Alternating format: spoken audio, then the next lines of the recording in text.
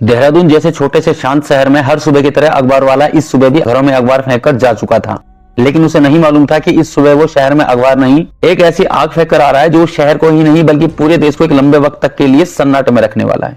ये दिन था शनिवार, तारीख 4 जुलाई और साल था 2009।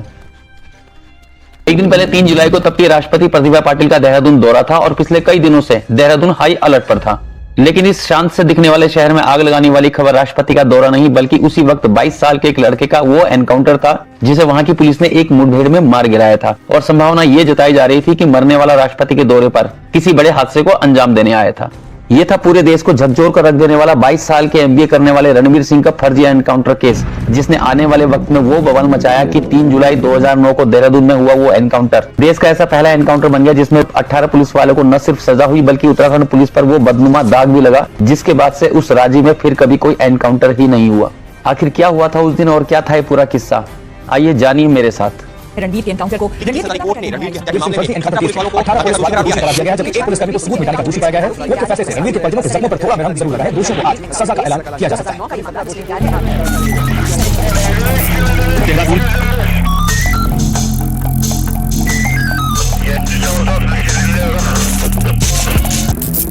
तीन जुलाई 2009 उत्तराखंड की राजधानी देहरादून। राष्ट्रपति का काफिला गुजर चुका है। शाम के 6 बजे के आसपास पुलिस कंट्रोल रूम में एक मैसेज फ्लैश होता है कि 3 बदमाश आरागढ़ पुलिस चौकी इंचार्ज डीजी भट्ट की सर्विस पिस्टल लेकर फरार हो गए हैं। 3 में से 2 आतंकी फरार हैं और एक रायपुर की जंगलों की तरफ गया है और पुलिस उसके पीछे जा रही है। थोड़ी देर बाद अगला मैसेज फ्लैश होता है कि आतंकी ने गोलीबारी शुरू कर दी है और हम जवाबी कार्रवाई कर रहे हैं और फोर्स भेजी जाए।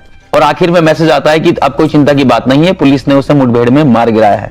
अगला दिन यानी 4 जुलाई खबर अखबार में छपी तो अमूमन सभी न्यूज़पेपर में यही फोटो छपी थी। जैसे कि हर एनकाउंटर में क्राइम सीन की होती है, अपराधी जमीन पर पड़ा होता है और सभी पुलिस वाले उसके आसपास इर्द गिर्द खड़े होते हैं। और ये खबर इसलिए भी खास थी क्योंकि एनकाउंटर वाले दिन राष्ट्रपति का दौरा भी देहरादून में था। न्यूज चैनल में पुलिस के अधिकारियों के एक के बाद एक इंटरव्यू आ रहे थे। हर कोई पुलिस की पीठ थपथपा रहा था। 3 लोग थे, जब चेकिंग करना चाहा तो उन्होंने मेरे तमंचा दिया मेरे सिर में, तो मेरे उनसे बात गुत्थम हुई तो उनको पकड़ने भाग गए वहाँ से मौके से। फिर हम चेकिंग पर निकल गए थे। अच्छा, ये आपको सूचना मिली थी कि ये अपराधी मोटरसाइकिल कार ऐसा चेकिंग दौरान? हमारी रूटीन चेकिंग थी हमारी, तो रूटीन चेकिंग के दौरान टकराए, भाग गए। 3 लोग थे। देहरादून जैसे छोटे और शांत शहर से निकली एक खबर न्यूज चैनल से होती हुई पूरे देश में जब आग की तरह फैल गई तो गाजियाबाद के शालीमार गार्डन के उस 22 साल के लड़के के घर तक भी पहुंची। अब क्योंकि एनकाउंटर हुआ था सो पोस्टमार्टम होना जरूरी था।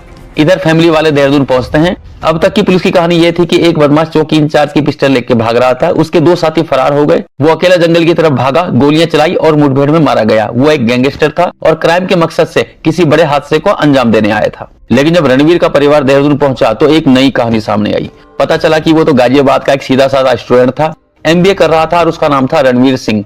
रणवीर सिंह बड़े शांत स्वभाव का था और उसका कोई भी क्रिमिनल बैकग्राउंड नहीं था। रणवीर गाजियाबाद से 2 जुलाई को देहरादून इंटरव्यू देने के लिए अपनी बाइक से निकला था, जो देहरादून की कंपनी में अगले दिन यानी 3 जुलाई को था। बाद में जांच में कंपनी ने इस बात को कंफर्म भी किया कि 3 जुलाई को ही उसका इंटरव्यू था। अब पुलिस वालों की कहानी बिखरने लगी। परिवार ने पुलिस के खिलाफ हॉस्पिटल जहां पोस्टमार्टम होना था वहां हंगामा शुरू कर दिया। विवाद बढ़ा तो पुलिस वालों की भी हालत खराब हो गई कि कहीं पोल न खुल जाए। और जब पुलिस वालों को लगा कि मामला उल्टा पड़ रहा है और बात दबने का नाम नहीं ले रही है तो पुलिस ने परिवार पर लाठीचार्ज कर दिया। जब रिपोर्टर्स ने देखा कि पीड़ित परिवार पर इस तरह से लाठियां चलाई जा रही है तो रिपोर्टर्स को भी अजीब लगा। अगले दिन न्यूज में आया। अब क्योंकि मामला काफी बड़ा था तो न्यूज रिपोर्टर भी वहीं थे। अब रिपोर्टर्स को भी लगने लगा कि पुलिस की कहानी में कहीं ना कहीं छेद है और लाठीचार्ज से मामला पूरी तरह से पुलिस के हाथों से बाहर निकल गया। जब रिपोर्टर्स ने देखा कि पीड़ित परिवार पर इस तरह से लाठियां चला जा रही हैं तो रिपोर्टर्स को भी अजीब लगा। सवाल उठे तो पुलिस बैकफुट पर दिखाई देने लगी। रणवीर सिंह को चेक किया गया तो इंटरव्यू वाली बात कंपनी की तरफ से कंफर्म भी हो गई। अगला दिन 5 जुलाई, जो अखबार कल तक पुलिस की पीठ थपथपा रहे थे वो अब सवाल उठाने लगे।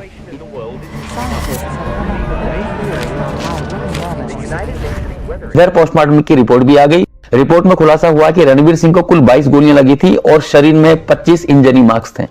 अब सवाल यह था कि अगर एनकाउंटर हुआ था तो इंजरी मार्क्स कहां से आए और अगर रणवीर हिरासत में ले लिया गया था तो 2 बातें थी। पहली तो ये कि अगर उसे पहले हिरासत में लेकर टॉर्चर किया गया और हिरासत से भागने के बाद एनकाउंटर हुआ था तो सबसे बड़ी बात, जब पुलिस कंट्रोल रूम को सारी अपडेट बराबर दी जा रही थी तो हिरासत में लेने और उसके बाद उसके भागने के बारे में क्यों नहीं बताया गया।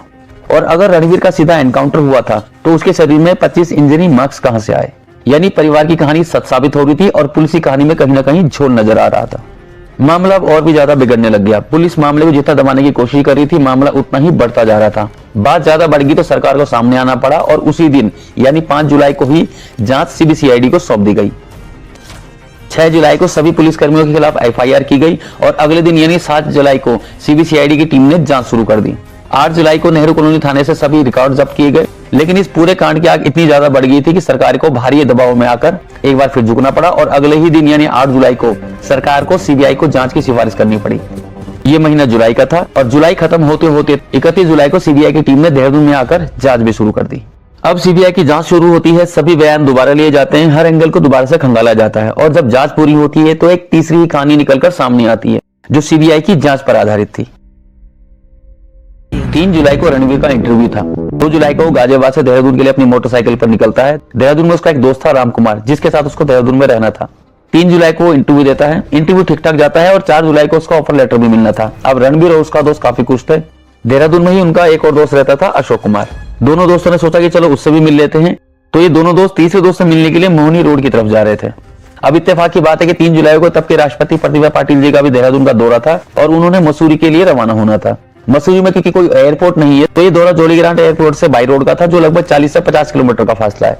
अब अगर आप कभी देहरादून आए हो तो आपको पता होगा कि मोहिनी रोड के लिए सर्वे चौक और धर्मपुर आरागर चौक से जोड़ती हुई ईसी रोड से कटना होता है और इसी ईसी रोड से राष्ट्रपति का काफिला गुजरना था। अब क्योंकि राष्ट्रपति का काफिला गुजरना था तो सभी पुलिस और ट्रैफिक पुलिस रूट मेंटेन करने के लिए इस समय सड़क पर थे और इसी आरागर चौकी के इंचार्ज थे मिस्टर जेडी भट्ट। अब इत्तेफाक से उसी समय उस रूट पर राष्ट्रपति के काफिले का भी समय होता है और उसी वक्त रणबीर भी उस जगह होता है जहां पुलिस ने बैरिकेड्स लगाए होते हैं, इसी रोड पर मोहिनी रोड के ठीक सामने। और यहाँ आरागर चौकी इंचार्ज डीजी भट्ट से रणबीर से कहानी सुनी हो जाती है बाइक हटाने को लेकर। अब पुलिस ने जब रणबीर को 2 लगा दिए तो रणबीर भी तैश में आ जाता है, बात बढ़ जाती है। अब कहानी यहाँ से बदल जाती है, रणबीर के दोस्त भाग जाते हैं और रणबीर को पकड़कर आरागर चौकी लेके आया जाता है। चौकी इंचार्ज बहुत गुस्से में थे क्योंकि रणबीर ने पुलिस पर हाथापाई की थी। अब उसे चौकी में लाकर पहले तो बहुत मारा जाता है, उससे बाकी दोस्तों के बारे में पूछा जाता है। रणबीर पता बताता है और अब पुलिस रणबीर को लेकर वहां पहुंचती है जहां उसके दोस्त रहते थे। अब हुआ ये कि दोस्त तो वहां मिले नहीं, लेकिन पुलिस को रणबीर के साथ छानबीन करते हुए वहां के आस पड़ोसी देख लेते हैं और यही वो लोग थे जो बाद में सीबीआई के विटनेस बनते हैं।